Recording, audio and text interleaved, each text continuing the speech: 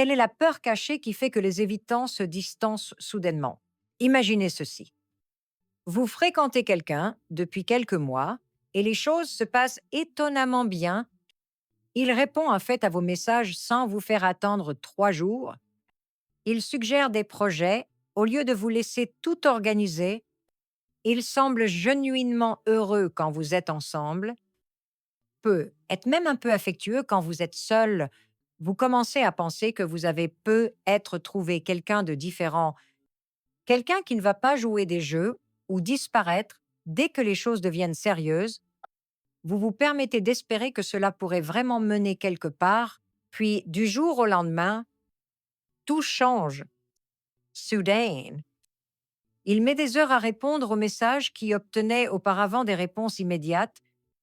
Les projets de week-end deviennent «Je suis vraiment débordé au travail en ce moment». La personne qui riait de vos blagues la semaine dernière semble maintenant agacée par le même sens de l'humour. Vous vous retrouvez à analyser chaque conversation des derniers jours, vous demandant ce que vous avez dit ou fait qui a tout fait basculer. Avez-vous été trop intense? Étiez-vous trop disponible? Avez-vous complètement mal interprété les signaux? La plupart des gens pensent que c'est parce qu'ils perdent l'intérêt, que vous êtes devenu trop à l'aise trop rapidement ou que vous avez révélé quelque chose sur vous qui les a rebutés. Peut-être pensez-vous qu'ils sont naturellement chauds et froids ou que c'est comme ça que les évitants sont dans les relations. Que se passerait-il si leur retrait n'avait rien à voir avec la perte d'intérêt pour vous? Que se passerait-il si leur distance était en fait la preuve du contraire? Il y a quelque chose que votre partenaire évitant préférerait rompre avec vous plutôt que d'admettre, quelque chose de si menaçant pour leur image de soi qu'ils saboteront de bonnes relations plutôt que d'y faire face directement, quelque chose qu'ils cachent non seulement de vous mais d'eux-mêmes. Et l'ironie cruelle, plus les choses vont bien entre vous, plus ils deviennent désespérés de le cacher. Votre partenaire évitant ne se distance pas parce qu'il ne se soucie pas de vous. Il se distance parce qu'il se soucie de vous et il est terrifié que vous allez vous en rendre compte. Voici ce qui se passe dans l'esprit d'un évitant quand il commence à ressentir des sentiments plus profonds qu'il n'est à l'aise d'avoir. Il remarque qu'il pense à vous plus souvent qu'il ne le voudrait. Il se surprend à sourire quand il voit votre nom sur son téléphone. Il réalise qu'il est genuinement excité de passer du temps avec vous au lieu de simplement tolérer l'interaction sociale. Ses sentiments devraient être merveilleux. Non, et pour un évitant, il ressemble à de la faiblesse, à perdre le contrôle, à devenir le genre de personne qui a toujours jugé comme ayant besoin ou pathétique. Voyez-vous, les évitants ont construit toute leur identité autour du fait de ne pas avoir trop besoin de qui que ce soit. Ils sont fiers d'être indépendants. Autonomes et émotionnellement forts, l'idée que quelqu'un puisse devenir assez important pour affecter leur humeur, leurs décisions ou leurs sentiments de sécurité ressemble à une menace fondamentale à qui ils pensent être. Alors quand ils réalisent que vous commencez à leur importer de façon qu'ils ne peuvent pas contrôler, la terreur s'installe, pas le genre évident de terreur où ils peuvent identifier ce qui ne va pas. Le genre profond et primitif qui ressemble à ce que leur survie soit en jeu. La peur ressemble à se tenir au bord d'une falaise, sachant qu'un faux pas signifie tomber dans une vulnérabilité complète. Chaque moment de connexion genuine avec vous ressemble à faire un pas de plus vers ce bord, et tout leur système nerveux commence à crier au danger. Mais la peur va plus profond que simplement avoir besoin de quelqu'un. Ce qui les consume vraiment de terreur, c'est tout ce qui vient avec laisser quelqu'un leur importer. La terreur de devoir être responsable des sentiments d'une autre personne, la panique qui vient avec la pensée de s'ouvrir sur leur propre lutte et insécurité, la peur écrasante de devoir partager leurs vraies pensées au lieu de garder tout en sécurité en surface, quand les évitants commencent à se soucier de vous, ils ne craignent pas juste de vous perdre. Ils sont terrifiés de devenir quelqu'un qu'ils ne reconnaissent pas, quelqu'un qui doit considérer les besoins d'une autre personne en prenant des décisions, quelqu'un qui doit partager ses problèmes au lieu de tout gérer seul, quelqu'un qui doit être émotionnellement disponible alors qu'il a passé toute sa vie à apprendre à se fermer. Pensez à ce que ça fait de faire face à votre plus grande phobie, ce poids écrasant dans votre poitrine, la façon dont votre esprit s'emballe avec des scénarios catastrophes, le besoin désespéré de s'échapper. C'est comme ça que l'intimité leur fait ressentir, pour la plupart des gens, les responsabilités qui viennent avec l'amour semblent naturelles et même réconfortantes, mais pour les évitants, elles ressemblent à se noyer, à accepter de porter un poids qui va les écraser. Or, quand ils commencent à avoir des sentiments pour vous, ils ne s'inquiètent pas juste d'être blessés si vous partez. Ils sont consumés de terreur à propos de toutes les façons dont leur vie soigneusement construite s'effondrerait. Si vous restez, la peur devient si écrasante qu'ils se convainquent qu'ils ont besoin de tester s'ils peuvent retourner à leur ancienne façon d'être avant qu'il ne soit trop tard. Avant qu'ils aient à apprendre comment être vulnérables avec une autre personne, avant qu'ils aient à prendre la responsabilité du bien, être émotionnel de quelqu'un d'autre, ils se demandent essentiellement: puis-je encore être la personne que j'ai toujours été, ou cette relation a-t-elle déjà détruit la sécurité que j'ai passé des années à construire? Et la panique qui les poussa distancer et leur tentative de prouver que la réponse est oui, ils peuvent encore être complètement indépendants, émotionnellement autonomes et libres de la terreur qui vient avec l'intimité genuine, mais voici ce qu'ils ne réalisent pas. Le fait même qu'ils soient si effrayés prouve qu'ils ont déjà changé. La personne qu'ils étaient ne serait pas si terrifiée de se perdre dans l'amour. Alors, quelle est la peur centrale sous tout cela? Quelle est la seule chose qui terrifie les évitants plus que tout le reste? La peur d'être vraiment connus et rejetés pour qui ils sont vraiment. Tout le reste, la peur de la responsabilité, la peur de la vulnérabilité, la peur de perdre l'indépendance, découle de cette terreur plus profonde. Ils n'ont pas juste peur de se soucier de vous ou d'avoir besoin de vous. Ils ont peur que si vous les voyez vraiment tous, vous décidiez qu'ils ne valent pas la peine de rester. La plupart des évitants portent une croyance profonde qu'ils sont fondamentalement défectueux ou inadéquats d'une façon ou d'une autre. Peu être-ont-ils appris tôt que leurs émotions étaient trop pour que les gens les gèrent. Peu être ont-ils reçu le message que leurs besoins étaient un fardeau. Peu être ont-ils été abandonnés ou rejetés quand ils étaient le plus vulnérables. Alors, ils ont construit des murs non seulement pour se protéger d'être blessés, mais pour se protéger d'être vus assez clairement pour être jugés et trouvés défaillants quand un évitant commence à s'ouvrir avec vous, quand il baisse sa garde et vous montre qui il est vraiment sous la surface. Il prend un risque énorme. Il parie que vous n'allez pas fuir quand vous verrez ses insécurités, ses luttes, ses besoins émotionnels qu'il a cachés, et plus vous vous rapprochez, plus il devient terrifié que vous allez voir quelque chose qui vous fera réaliser que vous avez fait une erreur en le choisissant. C'est pourquoi il se distancie juste après des moments de connexion genuine. Ce n'est pas parce que la connexion ne s'est pas bien passée, c'est parce qu'elle s'est trop bien passée. Et maintenant. Il panique d'avoir révélé trop d'eux-mêmes trop rapidement. Il pense essentiellement: je viens de leur montrer plus de qui je suis vraiment que je ne le voulais. Et si c'était le moment où ils ont réalisé que je ne vaux pas vraiment tout cet effort, alors ils commencent à vous tester, pas consciemment, mais à travers leur comportement. Ils deviennent moins réactifs pour voir si vous allez encore les poursuivre. Ils créent de petits conflits pour voir si vous allez vous battre pour la relation. Ils se retirent émotionnellement pour voir si vous allez rester quand ils ne vous donnent pas la connexion que vous voulez. Ces tests servent un double objectif. Si vous les poursuivez, cela prouve qu'ils ont encore le contrôle et n'ont pas révélé trop de vulnérabilité. Si vous ne les poursuivez pas, cela confirme leur peur que vous n'attendiez qu'une excuse pour partir. De toute façon, c'est une situation sans issue qu'ils ont créée inconsciemment pour se protéger du plus grand risque d'être entièrement connus et potentiellement rejetés. Mais voici ce qui rend cela particulièrement cruel pour les gens qui se soucient d'eux. Mieux vous traitez en évitant, plus il devient terrifié de ne pas le mériter. Quand vous êtes patient avec ces murs émotionnels, il se demande ce qui ne va pas chez vous pour accepter si peu.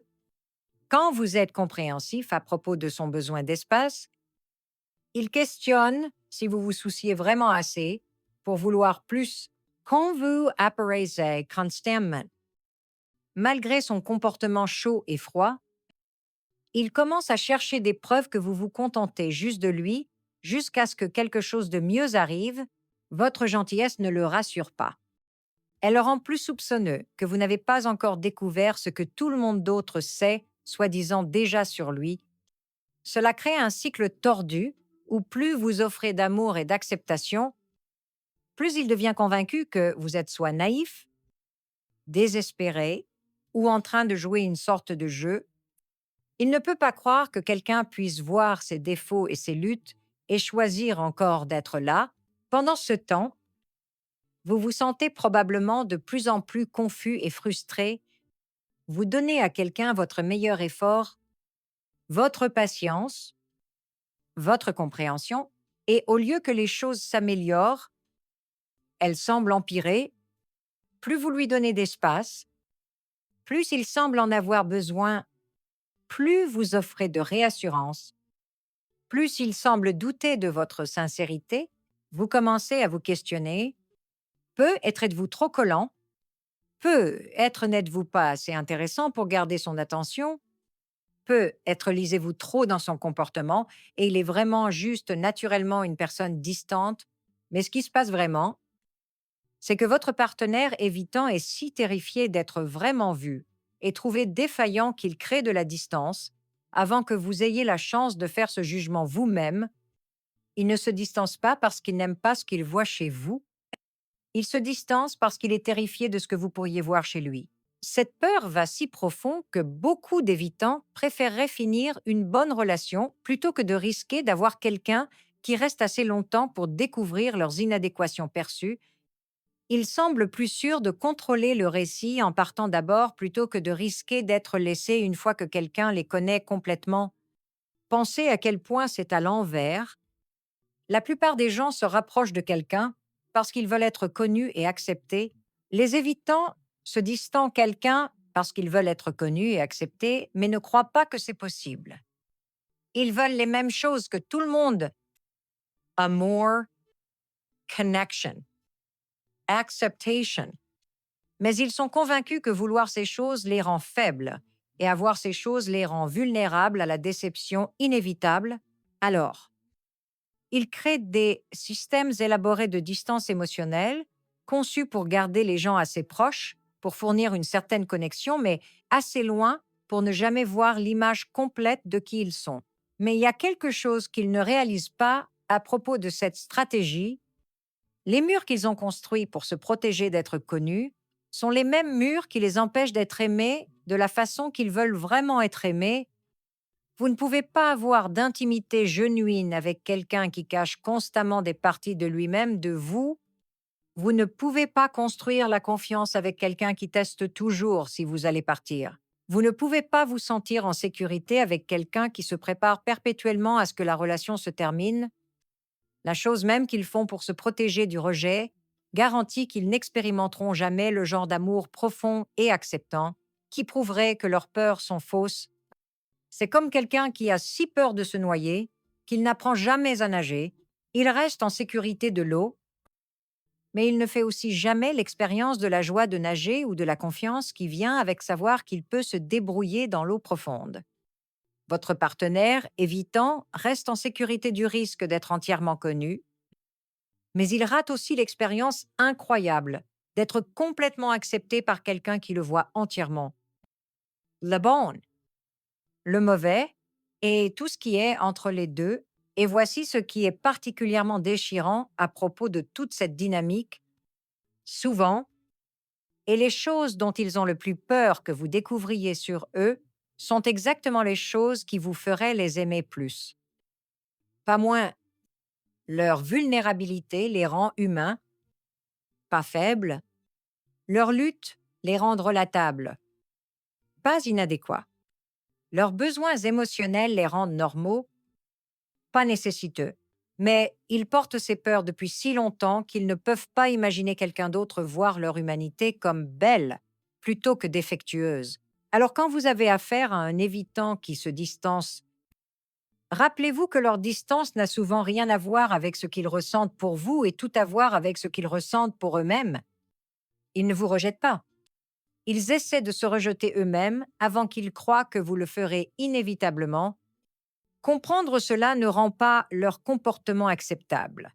Et cela ne signifie pas que vous devriez tolérer d'être maltraité pendant qu'ils travaillent sur leur peur. Mais cela aide à expliquer pourquoi quelqu'un peut sembler se soucier profondément de vous, tout en vous repoussant simultanément. Le va-et-vient n'est pas à propos de sentiments mitigés envers vous, c'est à propos de leur guerre interne entre vouloir être aimé et croire qu'ils ne le méritent pas. Mais voici ce que vous devez comprendre. Si vous êtes dans cette situation, vous ne pouvez pas aimer quelqu'un hors de ses peurs centrales. Vous ne pouvez pas leur prouver qu'ils valent la peine d'être connus et acceptés s'ils ne sont pas prêts à le croire eux-mêmes. Votre patience et compréhension pourraient créer un espace sûr pour qu'ils prennent finalement ce risque, mais vous ne pouvez pas les forcer à être vulnérables avant qu'ils soient prêts. Et vous ne pouvez pas sacrifier votre propre bien-être émotionnel en essayant de convaincre quelqu'un qu'il mérite l'amour, ce qui rend cette peur particulièrement tourmentante pour les évitants. C'est qu'elle opère sur plusieurs niveaux simultanément en surface. Ils pourraient se dire qu'ils sont juste prudents ou qu'ils protègent leur indépendance, mais en dessous, il y a une terreur constante qui chuchote. S'ils savaient vraiment comment vous êtes quand vous luttez, ils couraient.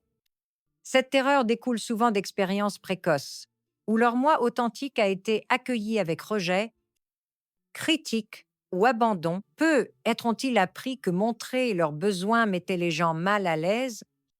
Peu être-ont-ils découvert que leurs émotions étaient trop pour les gens qui étaient censés se soucier d'eux. Peu être-ont-ils été loués pour être forts et indépendants, tandis que leur vulnérabilité était ignorée ou honteuse.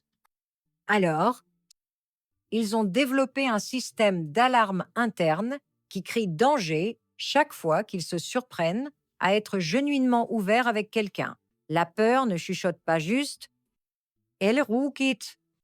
Elle leur dit que laisser quelqu'un voir leurs insécurités, leur lutte, leur moment de faiblesse équivaut à donner à quelqu'un une arme chargée et espérer qu'il ne l'utilisera pas. La partie la plus dévastatrice de cette peur est comment elle déforme leur perception de l'amour lui-même. Quand quelqu'un leur montre des soins et une acceptation genuine, au lieu de se sentir reconnaissant ou en sécurité, ils se sentent soupçonneux. La peur les convainc, les connaît pas encore assez bien ou il doit y avoir quelque chose qui ne va pas chez quelqu'un qui accepterait si peu. Ils deviennent terrifiés du moment où la personne qui leur tient à cœur va finalement voir à travers leur image, soigneusement maintenue, et découvrir ce qu'ils croient être la réalité décevante en dessous. Ils vivent dans une anticipation constante de ce moment de réalisation, ce regard de déception, ce retrait inévitable quand quelqu'un découvre qu'ils ne sont pas aussi forts, intéressants ou dignes qu'ils semblaient initialement. Cette terreur anticipatoire devient si écrasante que se distancer commence à ressembler à une miséricorde pour eux deux. Dans leur esprit, ils vous sauvent de la déception de découvrir qui ils sont vraiment. Et ils se sauvent d'avoir à le regarder arriver. La peur les convainc aussi que leur besoin de connexion est fondamentalement égoïste. Ils s'inquiètent qu'en permettant à quelqu'un de se soucier d'eux, ils prennent quelque chose qu'ils ne méritent pas, qu'en acceptant l'amour et le soutien, ils sont un fardeau, qu'en voulant l'intimité émotionnelle, ils sont nécessiteux d'une façon qui va finalement épuiser même la personne la plus patiente. Alors, il porte ce terrible double fardeau, vouloir désespérément être connus et aimés pour qui ils sont vraiment, tout en croyant simultanément que qui ils sont vraiment est impossible à aimer. Ils veulent enlever le masque, mais ils sont terrifiés que sans lui, ils seront rejetés encore plus vite. Ce tourment interne est ce qui pousse le comportement de va. et bien si confus pour leur partenaire, ils ne jouent pas des jeux ou ne sont pas manipulateurs. Ils sont pris dans une impasse psychologique impossible entre leurs besoins le plus profonds et leurs plus grandes peurs. Parfois, la chose la plus aimante que vous puissiez faire pour un évitant et pour vous-même, c'est d'arrêter de participer à leurs tests et commencer à vous concentrer sur ce dont vous avez besoin d'une relation. Quand vous arrêtez de les poursuivre quand ils se distanciaient, vous vous retirez de leur cycle de test et prouvez que votre valeur ne dépend pas de leur validation. Quand vous arrêtez d'essayer de les convaincre que vous n'allez pas partir, vous démontrez que vous avez votre propre vie et intérêt qui ne tournent pas autour de leur peur. Plus important, quand vous arrêtez de faire de leur peur votre responsabilité à réparer, vous créez l'espace pour qu'ils la confrontent eux-mêmes ou pour qu'ils ratent ce qui aurait pu être une belle relation parce qu'ils n'étaient pas prêts à laisser quelqu'un les connaître complètement. La belle chose à propos de comprendre cette peur centrale est qu'elle vous libère de prendre leur comportement personnellement. Leur retrait ne concerne pas le fait que vous n'êtes pas assez bien. Leur test ne concerne pas le fait que vous n'avez pas prouvé votre amour adéquatement. Leur mur ne concerne pas le fait que vous n'êtes pas assez digne de confiance. Leur comportement concerne leur propre terreur d'être vu et trouvé défaillant, et ce n'est pas quelque chose que vous pouvez réparer avec plus de patience, plus de compréhension ou plus d'amour. Vous n'abandonnez pas. En refusant de participer à leur jeu basé sur la peur, vous refusez de permettre une dynamique où quelqu'un peut vous garder à distance tout en bénéficiant de votre investissement émotionnel. Vous n'êtes pas froid en vous concentrant sur vos propres besoins. Vous êtes réaliste à propos de ce que vous pouvez et ne pouvez pas contrôler dans le parcours de guérison d'une autre personne.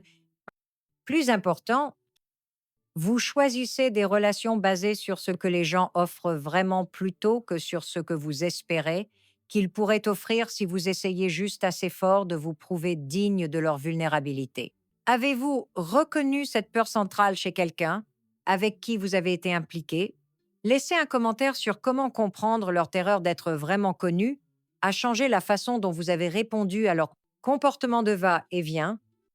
Si cela vous a aidé à arrêter de prendre le retrait évitant personnellement, likez cette vidéo et abonnez-vous pour plus de perspectives sur ce qui pousse vraiment les schémas relationnels confus. Merci d'avoir regardé